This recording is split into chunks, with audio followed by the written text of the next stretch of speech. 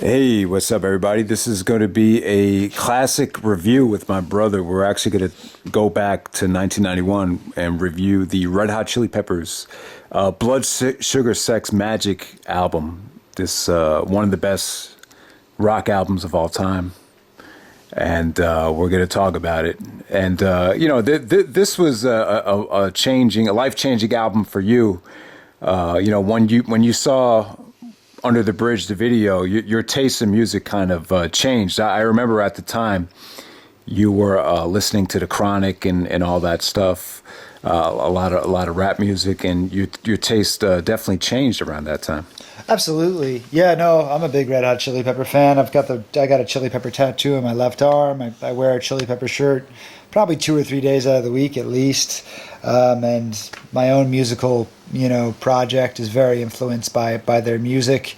But yeah, Under the Bridge, I think a lot of people were incredibly inspired and kind of drawn into Anthony Kiedis's lyrics on that song, especially that video. If you've never seen the video for Under the Bridge, you should see it. I mean, everybody knows what it's like to kind of have a broken heart or to feel really lonely, and he just those opening lines just kind of really invite you in. Sometimes I feel like I don't have a partner. Sometimes I feel like my only friend is the city I live in, the city of angels, lonely as I am, together we cry.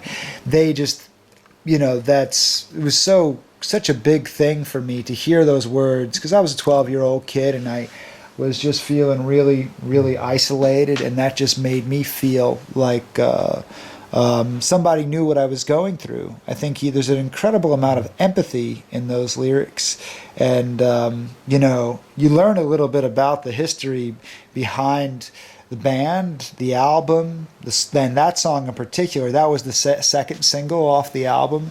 One of the reasons why this album sold so much and why they became as big as they became is because they released that song as the second single. And they weren't going to. The story goes that they weren't going to release that as the second single. I guess one of the executives from the record company went to one of their shows and noticed that all the kids in the crowd were singing along with that song. And Anthony actually missed his cue. John Frusciante plays the guitar chords, and Anthony missed his cue to come in on the song, and all the crowd started singing for him. And then the executive went up to them and went back to the record company and said, "That's got to be the second single." And if it wasn't for that happening, I mean, who knows? It might be a big song amongst fans, but maybe they wouldn't have sold as many records. Maybe they wouldn't have gotten as big as they are. Right. Now they're a touring machine. Now, I mean, they're one of the biggest bands in the world. They released, a lot of great songs and great albums since then. But that song was really important to me, and is important to a lot of people. Right, and you actually say it was Anthony Kiedis, the lead singer. You said it's about his relationship with Sinead O'Connor, to be exact. That's I Could Have Lied. I Could Have Lied. I could have lied. That's a great story. No, he was. They were sort of dating, or they were spending a lot of time with each other. Sinead O'Connor, who was very big at the time. At the time, she was bigger than the Chili Peppers, and they were kind of spending time together. And then he kind of admitted to her that he really liked her and that he wanted to be closer to her. And then she just kind of, in so many ways, she kind of blew him off. Right.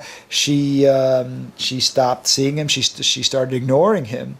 And it's kind of funny because, not too much later, I mean, not that it matters, but he became, as big of a star, if not a bigger star than she was. Certainly more consistent than she was. No, this album was huge, and to me, like, this is one of the albums that really made, MTV what it was. When I think of MTV, I think of Nirvana, Red Hot Chili Peppers, Metallica. You think of Snoop, Dre, Ice Cube, Coolio. I mean, the list goes on and on. It really, this actually was at number 2, top 100 MTV videos of all time. This was actually at number 2, Under the Bridge. So that shows you the impact that the song had.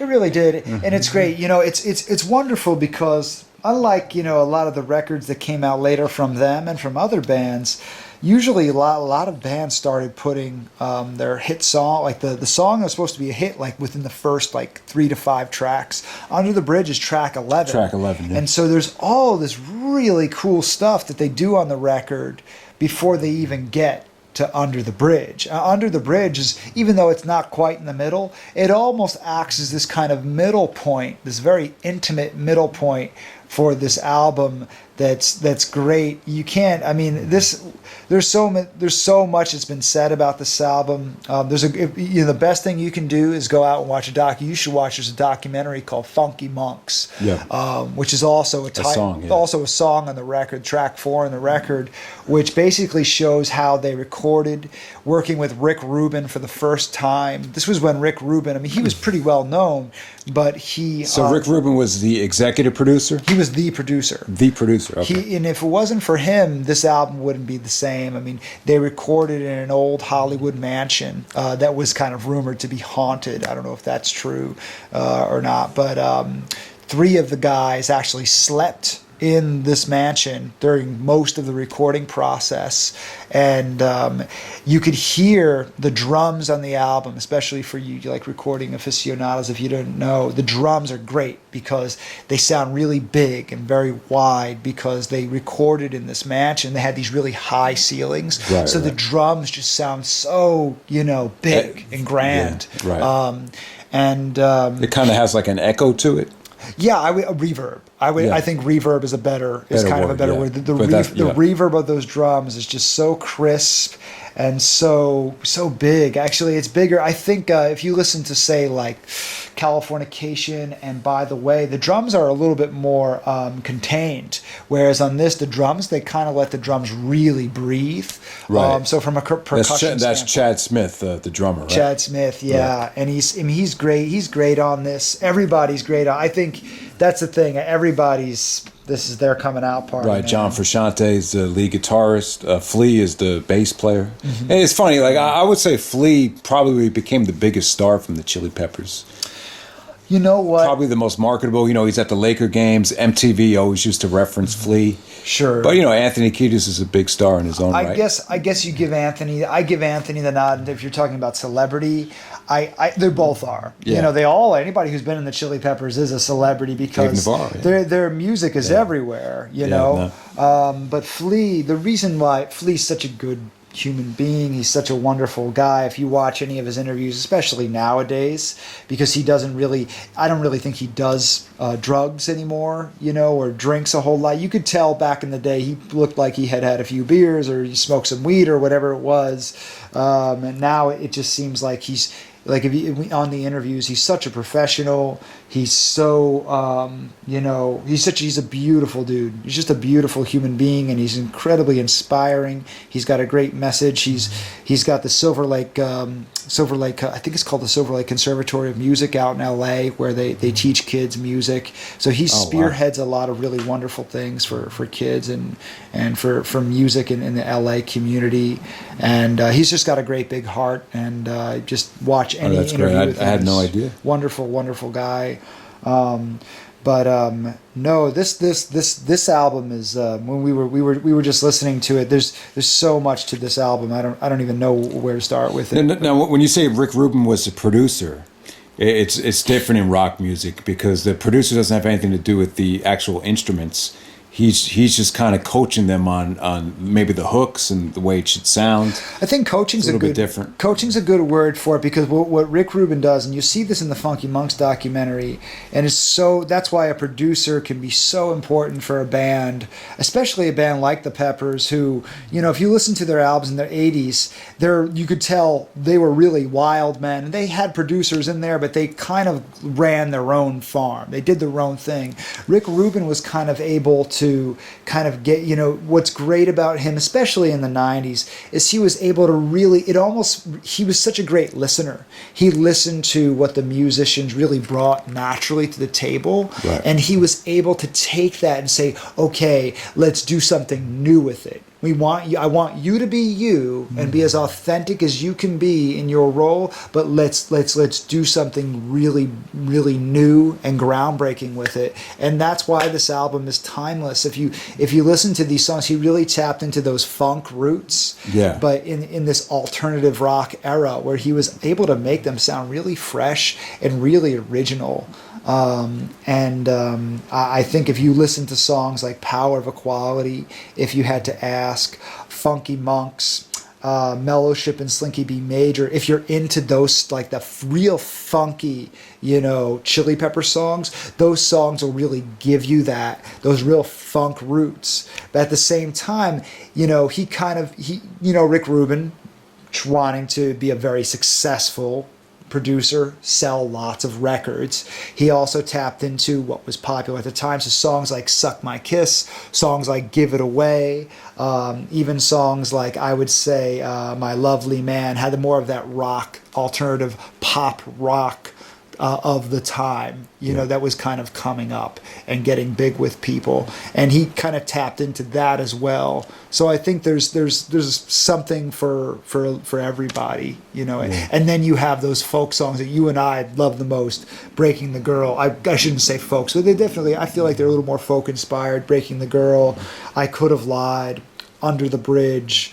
Those songs really, tap into a real heart that Anthony Kiedis. No, it's very multi-dimensional, the album. Yeah. It's not just every song doesn't sound the same. I mean, you go through different moods. Mm-hmm. It kind of takes you on a roller coaster ride. It's 17 tracks, which is a bit long, but there's not any tracks on it that I say were like, this is automatically filler. Like, I didn't see myself saying that, which is very difficult to do for an album that's almost 75 minutes. Yeah. What's funny is that if you read Anthony Kiedis' book, Scar Tissue, he says that there were songs. I'm not exactly sure which songs he was talking about. From this album? From this album. There were a few songs. They could have been cut. It could have been songs that maybe they cut. the sexual song? Yeah.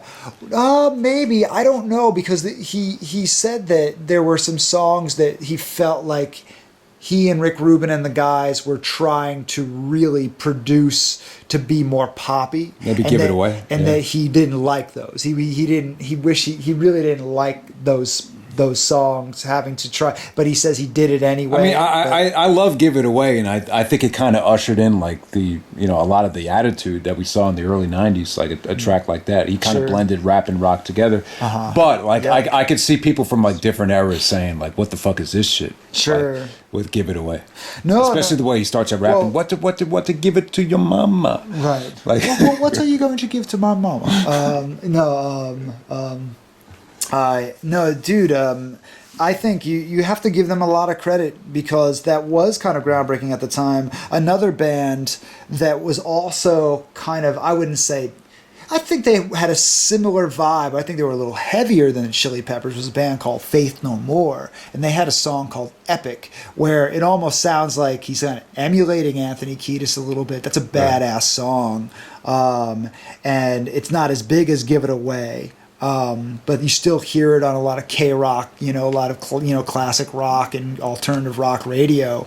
But those two songs, Give It Away and Epic, did have that rap rock thing. And as the years rolled on, that became bigger and bigger. It's true, and they weren't the first to do it. Run DMC and Aerosmith kind of did their thing together in the 80s, with Walk This Way. But that was different because it was a mesh of two groups. This was, I definitely see that kind of rap and rock kind of combining. And I think the Chili Peppers were incredibly revolutionary in that way. But please, everybody has to remember Funkadelic, P-Funk, they were inspired by those types of guys. George Clinton, they were inspired. Funky guitar riffs. They brought that stuff in, and then they kind of tapped into alternative rock. Which was one of the great things about that era. You had all these great bands coming up, coming out, some out of Seattle, some out of LA. There's always bands coming out of LA, And the interesting thing about this is it starts off as a very political album. He touches on racism, he touches on politics. Yeah. Yeah, I mean, did you think that was kind of that was different at the time for someone that was white to actually be touching on racism?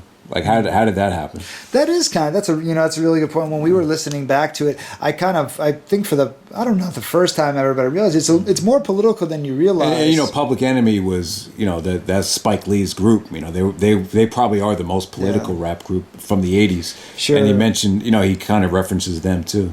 And Power of Equality, the first track on the album, he says, I got tapes, I got CDs, I got my public enemies. And he's talking about the Ku Klux Klan, and he's talking about, what's wrong with some of the, the radical groups. And he's talking about, having equality.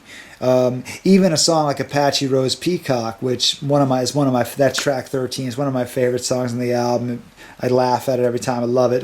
It's just a chill, laid-back song. That song's actually a little more political than I realized. He's actually talking about, Hicks don't mix with politics, Southern fried freak going to crucifix. He's actually getting a little more political than... He doesn't get a lot of credit for that, Anthony Kiedis. And that's the song when he was referencing New Orleans? That's the one about, I want to be in the New Orleans. Rick Rubin had a quote. He said, I don't always know what Anthony's talking about because a lot of it sounds like, if you actually read it at face value, if you put it on paper, you're like, what the hell does that mean? But it always evokes feeling, Right. Sometimes he's better than others. I think as time has gone on, people have become a little more critical of Anthony Kiedis' lyrics, but I think this album is probably one of his best examples of him being able to kind of put himself out there, be vulnerable, and even on those more politically charged or sexually charged songs, he's kind of in his element. He's in his groovy. This is him in his prime, I think. Oh, definitely. Yeah, definitely. But you would still say the star of the show was John Frusciante.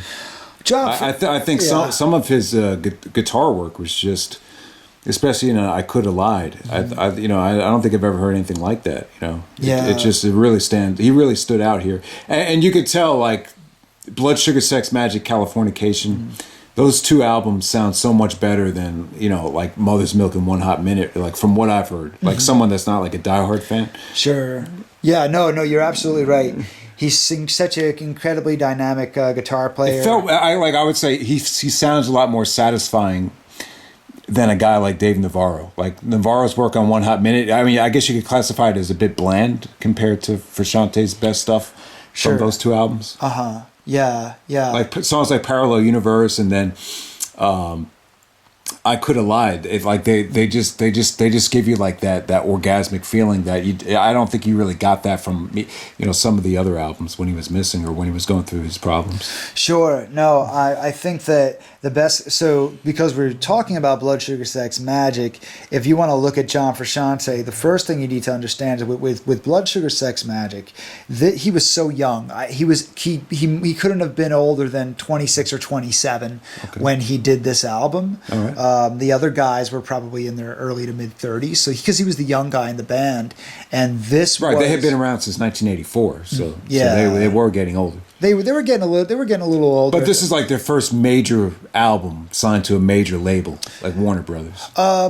Yes, I think so. I know that Mother's Milk went gold, but it wasn't like they didn't have the financial backing that this one had. Right, this one they definitely had some more money, and they were definitely swinging for the fences with this one. They wanted to sell, and they wanted to become bigger and expand their audience. But if you look at Blood Sugar, Californication, By the Way, Stadium Arcadium, if you go and you look at all those albums, any guitar player who wants to get into guitar should just study the Frusciante, how he approached all those different albums. He approached them all very differently.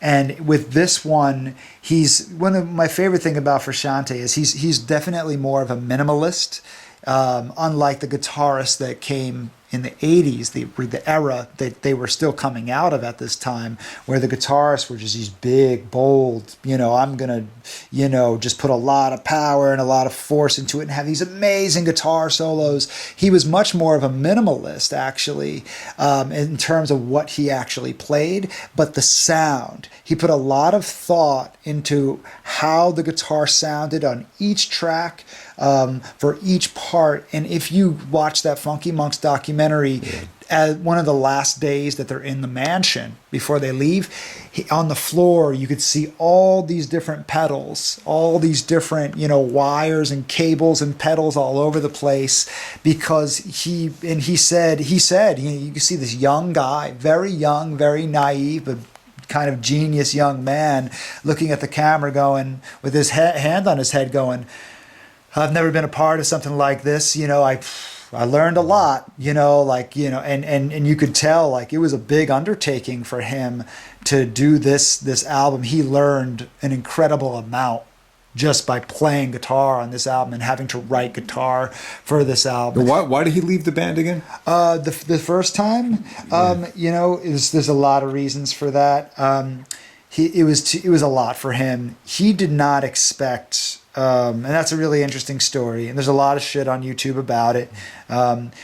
There was a lot of pressure on him. He did not expect the Chili Peppers to blow up and get so big. And it was too much for him. And so that was one of the reasons he left the band.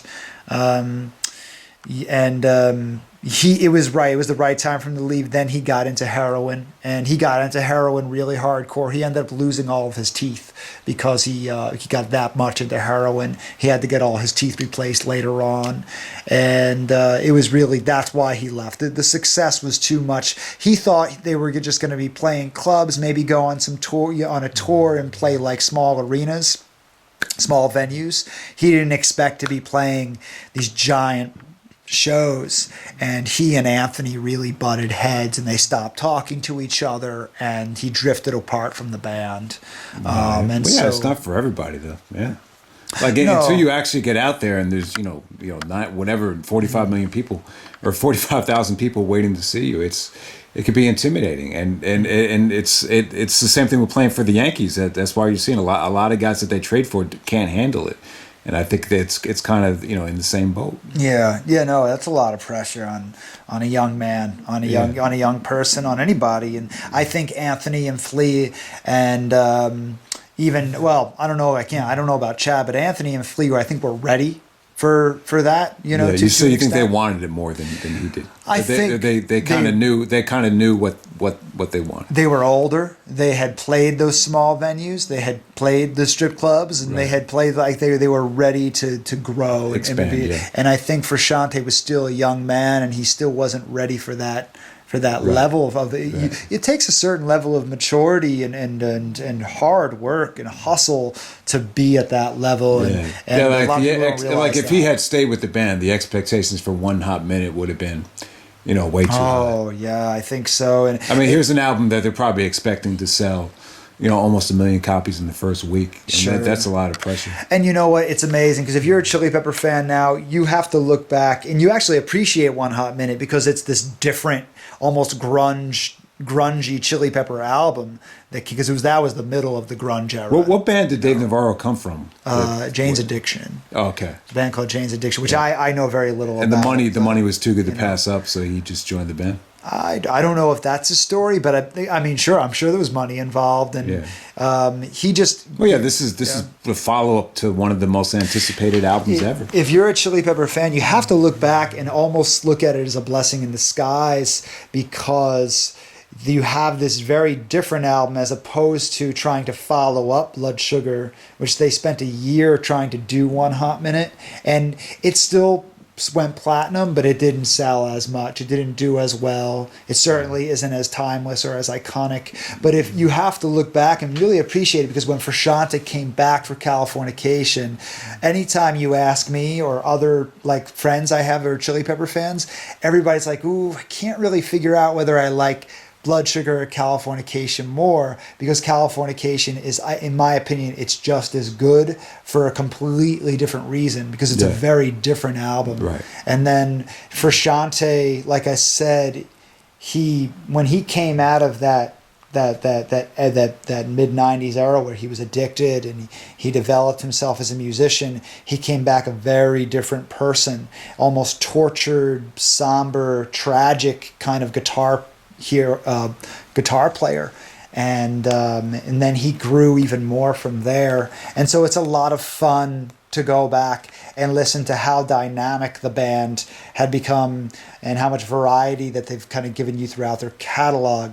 And I give a lot of credit to John Frusciante, because of that. No, it's the case a lot of times. Like time away, time away to grow, time away to mature, definitely helps. That's why a lot of people were critical of DMX and a lot of these other rappers that try to release 2 albums, back-to-back albums in the same year that sound the same. Yeah, you got to give yourself a chance to kind of step out the door and kind of come back with something different. Right. And 8 years is a long time, and you could see the 1991 to 1999. It was a totally different sound. It's 2 completely different albums, but they're both great. Yeah, no, and I'm about to say something now. This is nothing against the rappers out there, or the MCs out there, but a friend's girlfriend of mine who I played a show with out in California. Out in downtown LA, actually, at a place called the Rhythm Room. I was really grateful for that opportunity. She asked me, well, how come you guys haven't, you haven't released anything? We do have 4 songs recorded. She said, yeah, my boyfriend, because she's, her boyfriend's a really good rapper, really great guy. He can go in and do 3 songs in one day. And I said, it's not like that with rock music, especially the way I write. Like, I can't go in and just record 3 songs in one day. They're going to be shit. If I try to do, if I do, I could do 1 song in a day, but doing 3 songs in one day, less is more. A lot of times, it depends on the genre. But I would argue, I think you're right. Even with hip hop, I think you do need to remove yourself sometimes. If you can go in there and just fire off track after track, and you've got a producer who really knows you and you guys are tight, that's one thing. But I think that creativity does need time to breathe. No, I think you're right. And I think a lot of the reasoning behind rushing an album has to do with money. Like they said they were going to give DMX a $1 million bonus if you get this out before 1998 is over. So, it wasn't a bad album, but still, when you find out that the motive is money, it kind of hurts it for the listener. If somebody told me they were going to give me $1 million for putting something out, you do the same thing. Yeah. I'm not sure I could pass that up. That's hard, man. Yeah. That's a lot of but in all genres of music, you're gonna find the clashing of this motherfucker takes 3 years to do 1 song. I do 3 songs in one day. Mm-hmm. So you'll get that in all types of genres of music. About the work rate or how fast people work. Different people work at different speeds. Yeah, it's different. It's a different industry. But I think that for the really big stars, even some of these big people coming out now, like look at somebody like Billie Eilish, the expectations are going to be pretty high on her. Whatever she releases next, the expectations are going to be pretty high for her to kind of keep that momentum going. Right. Somebody like Adele, when she released her follow-up to her Grammy Award-winning album, she still knocked it out of the park. She still had a big single off that album, but the expectations get higher and higher. The higher you go, it's kind of like when you win the championship as a boxer. Okay, next time you get in the ring, somebody's going to try and take that title away from you, and that can either inspire you or discourage you, and you just have to be inspired and get in there. I think hopefully you do it for the right reasons. If you're involved in anything, sports or music or art or acting or film, hopefully you can always do it for the right reasons, is because you want to be creative. You're not just trying to get attention. You're not just trying to make money. If you can fight, I think that the struggle is to try and find a way to have your art, your creativity, your sport, whatever it is, and the reality of, okay, I've got to make that paper. If you can find a way to make them coalesce, whatever way, shape, or form, I think that you are living the dream. But it's not a dream you can sleep to. It's a dream that you have to work for. All right, cool, man. And just we'll close it out like this. Just back to the album. Looking back at this album, like what would you say are the songs that still resonate with you the most? Like if you had to pick, 2 or 3, which ones still mean the most? You know, it's funny because Under the Bridge, I almost kind of avoid Under the Bridge. Right. You know what the thing is? It's such a great song that you don't want. It's kind of like the Rocky movies. You don't want it to lose its luster if you overplay it. I think that's what you're trying to say, And right? it gets no, because it is a great song, and it is a song. Like I said, it's the kind of it's what brought me into their music. It's what brought a lot of people into their music. But Under the Bridge will always have a special place in my heart. Other songs that have a special place for me. Oh man, that's a hard. I think my greatest like drive around town and chill song is Apache Rose Peacock. I just love that freaking song so much. You sing the hook real quick. You know, yes, my favorite place to be is not a land called Honolulu. Mentally or physically, I wanna be in the New Orleans. Yeah, that's a great song. That's a great. I just love that. That just so cool. So Under the Bridge, Apache Rose Peacock, and oh man, if I had to pick one more, oh god, it's too hard. But I guess I could have lied. Mellowship and Slinky B Major.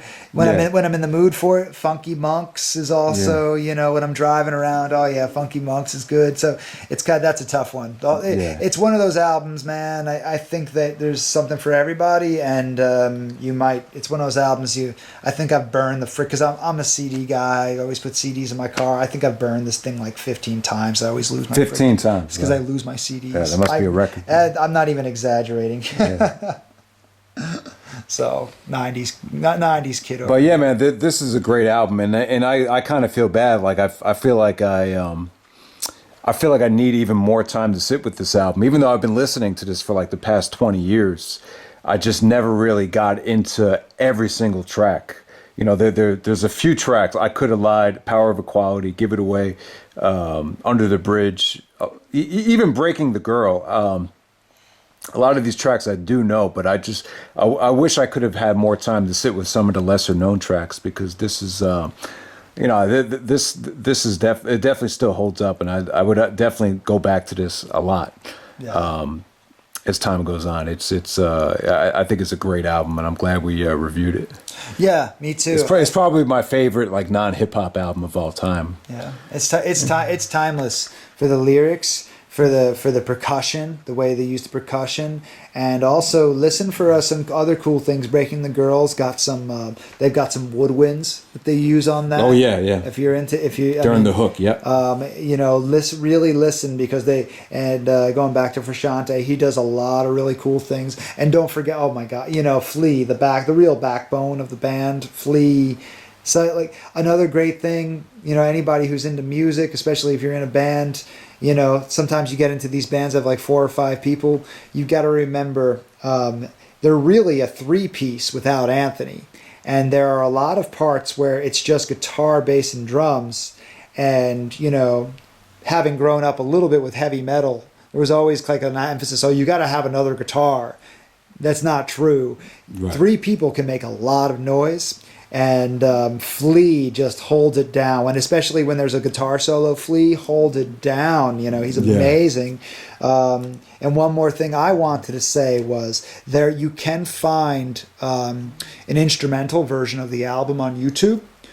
So for anybody who's really interested in hearing that stuff, listen to it. But I will say this, in my opinion, and this is just a big, big kudos to Anthony Kiedis, it doesn't sound like the same band when Anthony Kiedis isn't on the track. And a lot of people, because he's not coming from an era where, once again, you had a lot of these very operatic heavy metal and hard rock singers like Axl Rose and Sebastian Bach, those types of guys, like, Steven Tyler from Aerosmith. Yeah. Anthony Kiedis was never a great singer. In fact, he really wasn't a very good singer until this album. It wasn't until this album that he really started to grow into himself as a singer and a lyricist, Right.